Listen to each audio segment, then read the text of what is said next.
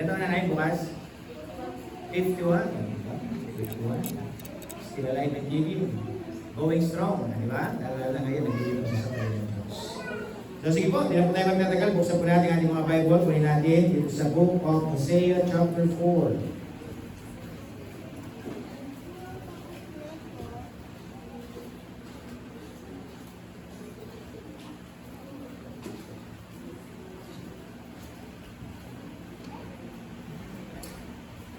So, yung ating pong church anniversary, malapit na. Today is June 2, so we only have 10 days para po sa ating church anniversary. Okay? Sige po, Hosea chapter 4 and verse number 6. Basahin po natin, sabay-sabay, nandiyan na po ba tayo? Yan, so sabay-sabay po natin bigkasin. Hosea chapter 4 and verse number 6, ready, begin. My people are destroyed for lack of knowledge, because thou hast rejected knowledge, I will also reject thee, that thou shalt be no priest to me, seeing thou hast forgotten the law of thy God, I will also forget thy children. Tayo po ay magpusagin ng langin, at supremo namin Diyos, gila sa lahat, kami po Diyos, ay nagpapuli pa ng tapasalamat sa kanibagong pagkakataon na pinagkalagin po sa buhay ko ng bawat isa. Na kami po, O Diyos, ipatuloy na nagpapasalamat sa mga awing namin napakinggan, awing namin ginawin. Kawa, O Diyos, patuloy sa mga magitan po ng aming mga piling, mga boses, ang iyong pangalan ay mataas at maluwalhati. Maraming po salamat, O Diyos, sa pagkabasa po ng inyong mga kasulatan. Aming po pagbuliburay sa oras ng ito, maraming sa mga Espiritu, kayo pong bumagitna, kayo pong pilos sa aming po mga buhay, at patuloy kayo pong bigyan ng katapunan. Sabi po sa inyong krus, at patuloy bawat isa ay makaalam, at nawa ko Diyos tumatag ang aming pananampalataya sa inyo pong harapan. Sa inyo po ang papulit pasalamat. At bigyan bilangin sa pangalan ni Jesus. Amen. Sige po, please be seated.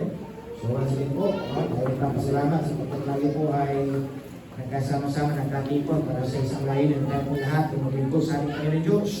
Po, tayo nagpapasalamat sa mga inawit po, na mga choir, saka po yung choir trio. Yung title lang ginawin ng trio. All of this. So maraming salamat. So I repeat, yung ating church anniversary malapit na. Excited na ba kayo sa ating church anniversary? O ako lang yung excited? Ako lang yung excited? O tayong lahat? Excited? So dapat maging excited tayo sapagkat ang ating church anniversary malapit na po. Dito nga, sa ating pong tema dito, ang sulat na, di ba? Meron na dyan. Happy 6th Church Anniversary. Parang gano'n lang, ngayon 6 years na. But actually, yung church natin is 9 years na. Kasi nag-vision po siya ng 3 years. Pagkatapos ng 3 years, na-organize siya. Ngayon, 6 years na siya as a church. Kaya kung suma total, ako po sa pagpapastor ko, 9 years na ako nagpapastor. Pero wala naman sa mukha. Nasa mukha ba? O nasa buhok? So, ayun po, tayo po muli nagpapasalamat sapagkat tayo pinagkatipon. Maraming salamat po sa bawat isa na naglaan ng oras. Sa oras po nito, ay atin po tingnan ang salita ng Panginoon. Dito po mga kapatid, di paalala po ang salita ng Diyos na po, Hosea chapter 4 and verse number 6. Ang sabi ng salita ng Diyos, my people are destroyed for lack of knowledge. Nagsasalita dito ang Panginoon.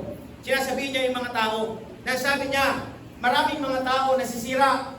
Bakit sila nasisira? Bakit? Kasi mga kapatid, sa pagkawala ng karunungan. Because of lack of knowledge. Because thou hast rejected knowledge. Kamukha po yan, nagtapos na po. Diba? Yung iba nag-graduate na, yung iba mag-graduate pala. Yung iba na-recognize, yung iba hindi na-recognize. Kung papasilin po natin dito mga kapatid, diba, kung titignan natin, lagi natin ilagay sa ating mga puso at kaisipan kayo mga kabataan, walang taong bobo. Diba?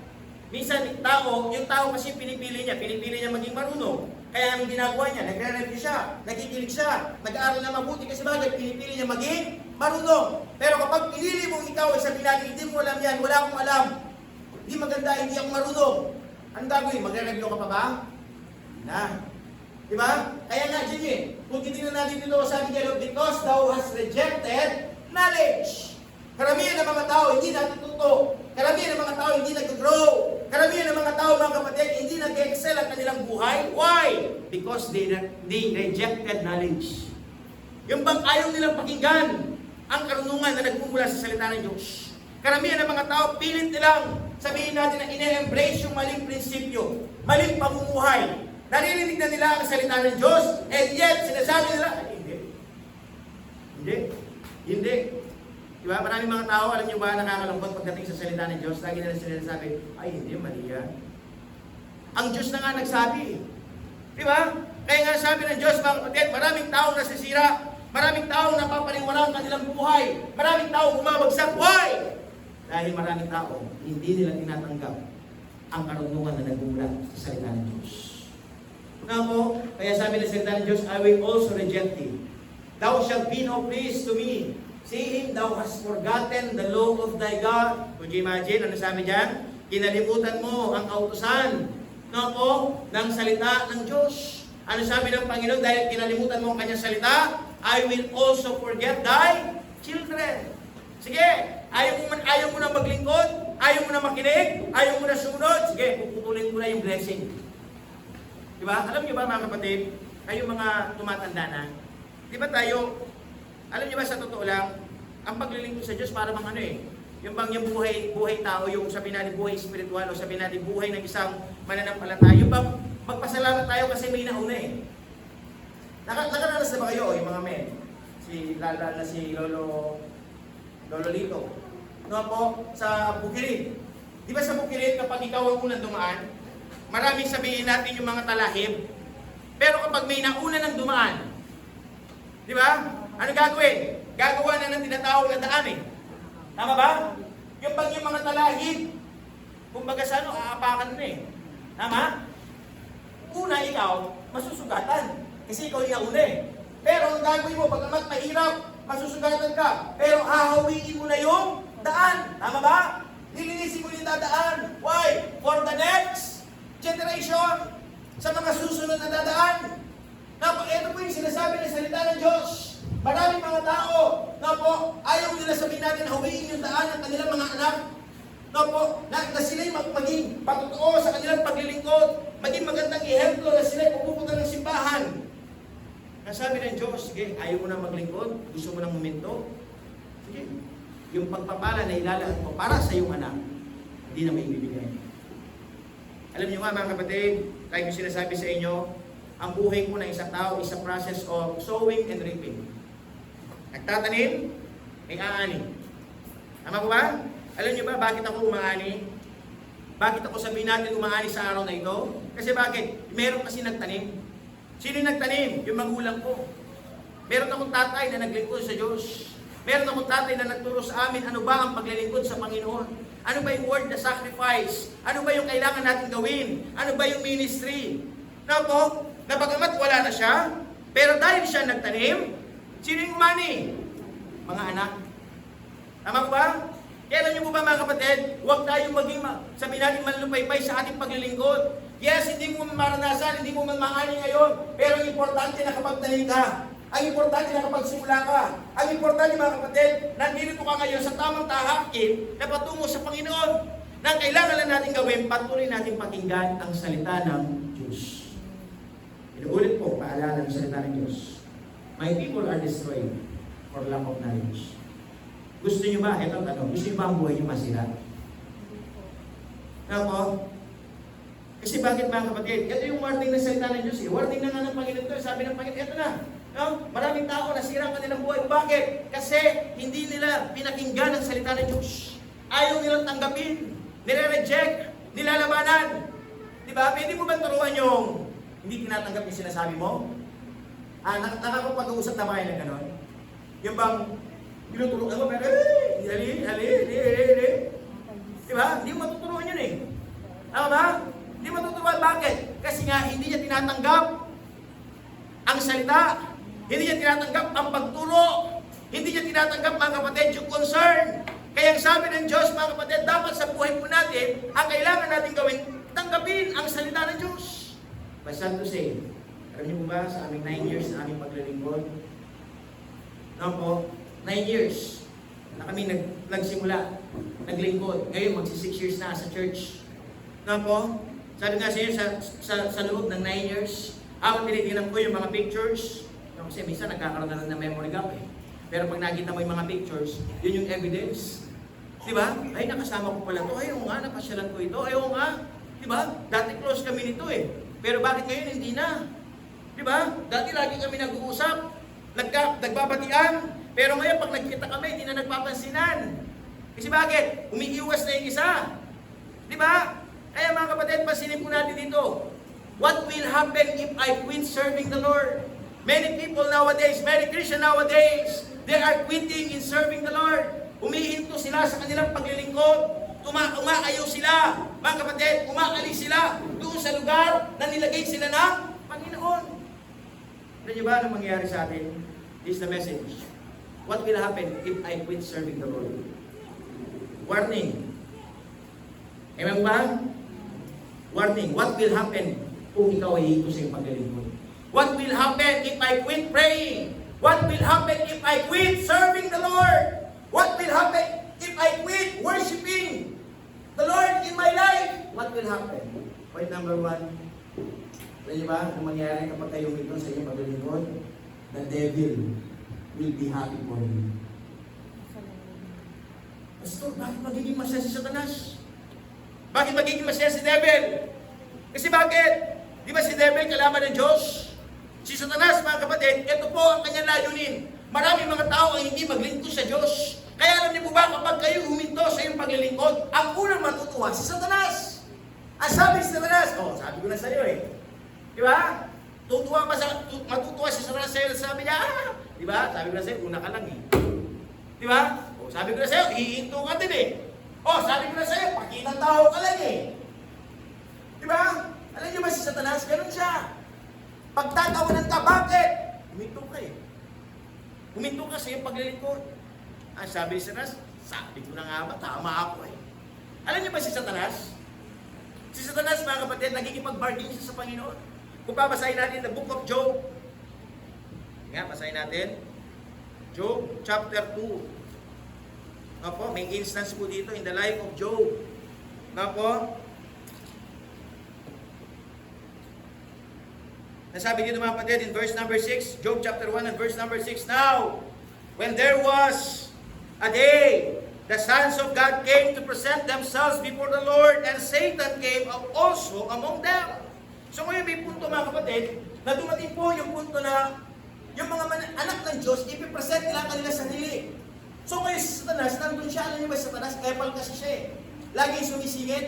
Nang sabi niya mga kapatid, andyan si Satanas, and Satan came also among them. And verse number 7, ang sabi niya, verse number 7, and the Lord said unto Satan, Whence comest thou? Saan ka nang galing? Sabi ni Satanas, and Satan answered the Lord, from going to and fro in the earth, and from walking and down in it. Manahog si Satanas.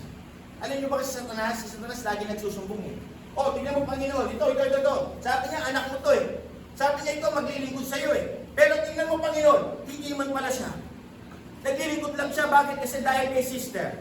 Naglilingkod lang siya kasi bakit? Dahil kay brother. Naglilingkod lang to, bakit? Kasi nahihiya lang to. Naglilingkod lang to, bakit? Kasi gusto niya lang mabusog yung kanya tiyan. Naglilingkod lang to kasi bakit? Gusto lang niya pakinabang. Si Satanas, lagi nagsusumbong sa Panginoon. Ayun o. Kapo, yung mga mananampalataya, pinipresenta kanila sarili. Pero si Satanas, andyan, umiepal, sabi niya, Panginoon, ang daming mga Kristiyano. Sinasabi nilang Kristiyano kulo sila. Pero, pagpapanggap lang pala. Ano sabi ng Panginoon? Ano sabi ni Satanas? Sabi ko na sa iyo. Di ba? Sa akin yun eh. Alam niyo ba si Satanas? Mang-angkin siya. Mang-angkin siya. Minsan nga, inaangkin ka niya eh. Gusto mo bang angkinin ka ni Satanas? Tanungin ko kayo. Gusto mo bang angkinin kayo ni Satanas? Sabihin ni Satanas, ay Panginoon, akin yan ha. Kung sasabihin, Panginoon, akin si RJ ha. Si RJ, akin yan. Bagamat nandyan sa loob ng church, naglilingkod, pero walang katotohanan sa kanyang ginagawa. Di ba? Ihinto rin yan, tingnan mo man, Panginoon. Di ba? Tapos dumating yung time, huminto si RJ, nag-bike. Nag-bike si RJ eh. Di ba? Napalayo. Di ba, Brad? Napalili si RJ. Ano sabi ni Satanas? O, sabi ko na sa'yo, Panginoon eh. Di ba? Tumang-tunga ngayon si Satanas. Na po, binubuli. Ang Panginoon, sabi niya, inaano niya ang Panginoon, sabi niya, sabi ko na sa'yo, hindi naman talaga totoo eh. Di ba? But could you imagine, mga kapatid, inuulit ko po, when we quit serving the Lord, pag tayo huminto sa ating paglilingkod, si Satanas po'y matutuwa. Ibubuli niya, sasabihin niya sa Panginoon, sabi ko na sa iyo, Panginoon eh, hindi, wala talagang katotohanan eh. Pero alam niyo ba, mga kapatid, sabi ng Panginoon, siya po'y naniniwala, siya po'y nagtitiwala, na sa atin, mga kapatid, tayo ay muling babalik sa ating paglilingkod. Maraming salamat, si RJ, bumalik. Di ba? Would you imagine, natutulog siya, natabi niya yung bike niya, pagkagising niya, wala na yung bike niya. Di ba? Ninakaw eh. Di ba? Oh, tapos nangusap siya. Sabi niya sa akin, pag nagkukwento siya, alam mo, pastor, nung talaga ako hindi na nagsisimba, muntik na akong ma-accidente. Alam mo yung mga bakal na nakano sa daan? Muntik ko nang banggain yun eh. Tapos napaisip ako, mira, hindi na kasi ako naglilingkod eh. Nga lang, nagpapatuloy pa rin sa pagbabike. Di ba? Pero, nung nakita niya ang kanyang sarili, mga kapatid, bumalik ulit siya. Kaya nga sabi niya, lagi niya sinasabi, mahirap ang malayo sa Diyos. Di ba? Kaya sabi ng ating pinag-aralan, mga kapatid, yun, sinasabi niya lang yun eh. Wala man akong inaano, pero siya mismo sinasabi niya. Nagkukwento siya. Narinig ko lang siya. Na po, kaya sinasabihan niya yung iba niyang kasama, mahirap kapag lumayo ka sa Panginoon. Kasi bakit? Baka darating yung time, mga kapatid, hindi ka na makabalik. Kaya sabi ng ating pinag-aralan, what will happen if I quit? If you quit, the devil will happy for you. Ang Diyos, anong reaction niya? Ang Panginoon, anong magiging damdamin niya? Malulungkot siya. Bakit? Sabi ng Diyos, akala ko, totoo mo kong iniibig. Akala ko, totoo mo kong pinakikinggan. Di ba? Ang sabi mo, nagsisi ka na yung kasalanan. Pinatawad kita, sabi ng Diyos. Tinanggap mo sa iyong puso. Ako'y nanaan sa iyo. Pero bakit umalis ka? Bakit huminto ka? Kaya alam niyo po ba, sabi ng Diyos, kung ikaw talaga'y totoo sa Diyos, dapat magpapatuloy ka. Sa simbahan po, ito lagi ko sinasabi, ang tao pupunta, aalis. Pupunta, aalis. Di ba di ko naman kayo makokontrol kung ayaw na magsimba? Tama ba? Pwede ba yun sasabihin ko, pag hindi ka nagsimba, Brother Emerson, papabarangay kita. Meron nung sumagot nun eh. Ang sabi ng isang men, sabi niya, sige pastor, pag hindi na ako nagsimba, pabarangay mo. Ngayon, wala na siya. Hindi na nakapagsimba. Hindi mo naman mapabarangay. Bakit? Kasi ang paglilingkod sa Diyos, own desisyon, amen? Sariling desisyon. Ako po, bilang lingkod ng Panginoon, ang encouragement ko sa bawat isa, ano man ang iyong mga pinagdadaanan, pagsubok, karamdamang problema, ang gawin mo, lumapit ka sa Diyos. May simbahan para sa iyo. Andito ako bilang pastor, mananalangin para sa iyo. Na po, ang kailangan natin gawin, magkaisa, magkatipon sa isang layunin para ang Diyos patuloy na maitas sa ating mga buhay. Kaya sabi ng Diyos, hey, sana po, huwag na tayong uminto sa ating paglilingkod. Amen? Napakaganda yung tuloy-tuloy tayo naglilingkod. Amen? Yung tuloy-tuloy, pastor, di ba? Kung papasinin po niyo mga kapatid, na po, ang ganda yung tuloy-tuloy eh. Tuloy-tuloy ka maglilingkod. Bakit? Ano yung magiging advantage? Ang Diyos, patuloy mo siya mapapatuwa. Patuloy mong makikita yung halaga ng iyong buhay. Patuloy mong makikita mga kapatid, ang buhay mo ay talagang babaguhin ng Diyos. Bakit? Kasi nagpapatuloy ka sa kanyang biyaya. Kaya sabi ng Diyos, lagi mong tandaan, maraming tao ang nasira. Maraming taong bumagsak. Why? Because of lack of knowledge. Hindi nila pinakinggan talaga ang salita ng Diyos. Hindi nila inalam. Hindi nila tinanggap. Di ba? Nireject. Sana po sa oras ito, huwag natin i-reject ang salita ng Diyos. Amen? Napakaliwanag ng salita ng Diyos. Kaya sabi ng Panginoon, this is a warning. What will happen if you quit serving the Lord? The devil will be happy for you. The second thing, ano yung mangyayari sa buhay natin? You will live a miserable life. Mamumuhay ka na mas lalong bubulo ang buhay mo. Diba? Mas lalong ihirap. Pero pag bumaan yung buhay niya, nung simula hindi na siya nagsimba, sa tingin nyo, Gagaan yung buhay mo. Ay, siguro pag hindi na ako nag-church, gagaan yung buhay ko. Bakit? Ang pagsisimba ba, pahirap? Tinatanong ko po kayo, ang paglilingkod ba sa Diyos, pahirap po ba sa inyo? Mga men, ang pagsisimba ba, pahirap para sa inyo? Hindi, di ba? Kaya alam nyo ba mga kapatid? Minsan maraming tao, nandun sila, maraming Kristiyano, humihinto sa kanilang paglilingkod. Anong mararanasan nila? Mas lalong hihirap ang kanilang buhay. Pastor, bakit hihirap? Kasi nga, di ka nakakarinig sa salita ng Diyos. Magpapatuloy ka sa buhay na mali. Magpapatuloy ka mga kapatid sa buhay na wala ka napapakinggan na salita ng Diyos. Di ba advantage yun? Nakakapakinig kayo ng salita ng Diyos. Hindi ba advantage yun? May pumapasyal sa inyo mga workers. Kinukumusta kayo, pinapanalangin kayo. Di ba? Advantage yun mga kapatid. No po, na kayo ay talagang nako-continue ang inyong paglilingkod. Sino pa naman tayo? No po? Kaya sabi ng Diyos mga kapatid, like Jonah. Kasi kilala niyo po ba si Jonah? Si Jonah mga kapatid, inutos siya ng Panginoon eh.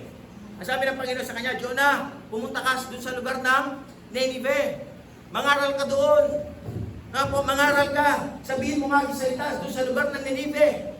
Anong ginawa ni Jonah? Sumunod ba siya sa Diyos? Hindi. Saan siya pumunta? Sa Tarsus. Inutusan ng Panginoon pumunta doon sa kabilang daan, sa right side, si Jonah pumunta sa left side. Anong ibig sabihin? Hindi niya sinunod ang Diyos. Tumaliwas siya sa kagustuhan ng Panginoon. Kung nga babasahin natin yung mga kapatid, si Jonah sabi doon, and Jonah went down. And Jonah went down. 3 beses, pumunta siya, pababa, pababa, pababa. Kaya ano nangyari mga kapatid? Nandoon siya, doon sa maling lugar. Maling direksyon. Ano nangyari? Ano nangyari? Tumakas siya sa kalooban ng Diyos. Di ba may dumating? Ano dumating? Dumating yung malakas na bagyo.